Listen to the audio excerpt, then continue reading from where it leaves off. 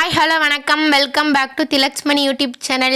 இந்த பதிவில் நம்ம என்ன பார்க்க போகிறோம்னு பார்த்தீங்கன்னா, மார்கழி மாதத்தில் விநாயக பெருமானுக்கு மிகவும் உகந்த சங்கடகர சதுர்த்தி எந்த நாளில் வருகிறது, எந்த நேரத்தில் திதி தொடங்குகிறது, நாம் எவ்வாறு விரதம் இருந்து விநாயக பெருமானை வழிபாடு செய்ய வேண்டும், சங்கடகர சதுர்த்தியின் போது நாம் விநாயக பெருமானை வழிபாடு செய்வதால் நமக்கு என்ன பலன்கள் கிடைக்கும், அன்றைய தினத்தில் நாம் தானம் செய்ய வேண்டிய பொருட்கள் பற்றி தான் இந்த பதிவில் நம்ம பார்க்க போகிறோம். அதனால வீடியோவை எல்லாரும் ஸ்கிப் பண்ணாமல் எல்லாருமே கடைசி வரைக்கும் பாருங்க. நம்மளுடைய சேனலை இப்பதான் ஃபர்ஸ்ட் டைம் பாக்குறீங்கன்னா கண்டிப்பா சப்ஸ்கிரைப் பண்ணிட்டு பாருங்க. வாங்க இப்ப நம்ம வீடியோக்குள்ள போகலாம். விநாயகரை வழிபட பல்வேறு விரதங்கள் இருந்தாலும் சங்கடகர சதுர்த்தி மிக முக்கியமான ஒன்றாக கருதப்படுகிறது. இந்த சங்கடகர சதுர்த்தி மாதத்திற்கு ஒரு முறை பௌர்ணமியிலிருந்து 4வது நாள் கடைபிடிக்கப்படும் விரதமாகும்.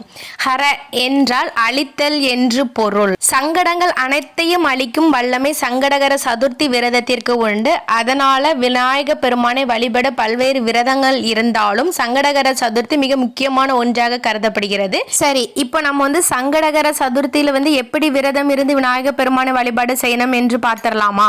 விநாயகர் எளிமையான தெய்வம் என்பதால் எளிமையா விரதத்தை நம்ம மேற்கொள்ளலாம். இருப்பினும் ஒரு சிலவங்க பார்த்தீங்கன்னா இந்த சங்கடகர சதுர்த்தியின் போது முழு உபவாசமாக இருந்து காலையிலும் மாலையிலும் வீட்டில் விளக்கேற்றி விநாயக பெருமானை வழிபாடு செய்வார்கள். இவ்வாறு வழிபாடு செய்யும் போது விநாயக பெருமானுடைய மந்திரங்கள் பாடல்கள் பாராயணம் பண்ணி வழிபாடு செய்யலாம். நெய்வேத்தியமாக சர்க்கரை பொங்கல் இல்லைன்னா விநாயகருக்கு பிடித்த கொழுக்கட்டை பொறி எதுனாலும் வைத்து நீங்க விநாயக பெருமானை வழிபாடு செய்யலாம். பின்பு விநாயக பெருமான் ஆலயத்திற்கு செல்லும் போது விநாயக பெருமானுக்கு மிகவும் பிடித்த அருகம்புல் மாலை வாங்கி கொண்டு செல்வது ரொம்பவே நல்லது. இவ்வாறு நீங்கள் சங்கடகர சதுர்த்தியின் போது விநாயக பெருமானை வழிபாடு செய்வதால் குழப்பங்கள் அகலும், வாழ்வில் ஏற்பட்ட கஷ்டங்கள் கிரக தோஷங்கள் விலகும், சங்கடங்கள் நீங்கும், காரிய தடை நீங்கும், சகல விதமான சௌபாகியங்களும் ஏற்படும். அதனால சங்கடகர சதுர்த்தியின் போது விரதம் இருந்து விநாயக பெருமானை வழிபாடு செய்யுங்கள். சரி, அப்பேற்பட்ட சங்கடங்களை தீர்க்கக்கூடிய சங்கடகர சதுர்த்தி திதி எப்போ ஆரம்பிக்குதுன்னு சொல்லி பார்த்துடலாமா? ஜனவரி 6ஆம் தேதி செவ்வாய்க்கிழமை மதியம் 12:16 தொடங்கி ஜனவரி 7ஆம் தேதி புதன்கிழமை காலை 11:35 வரைக்கும் இந்த சங்கடகர சதுர்த்தி இருக்கு.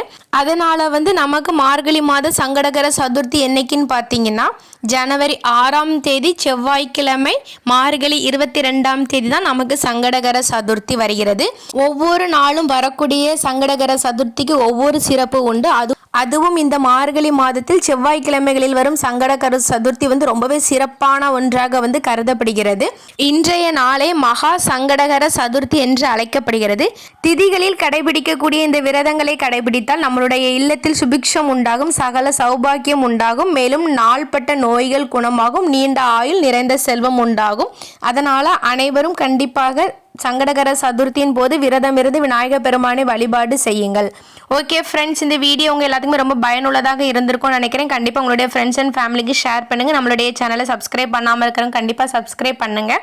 உங்களுக்கும் உங்கள் குடும்பத்தில் உள்ள அனைவருக்கும் விநாயக பெருமானுடைய அருள் பரிபூரணமாக கிடைக்கட்டும். தேங்க்யூ ஃபார் யுவர் வாட்சிங். இனி அடுத்து இதே மாதிரி ஒரு நல்ல பதிவில் சந்திக்கலாம். நன்றி, வணக்கம்.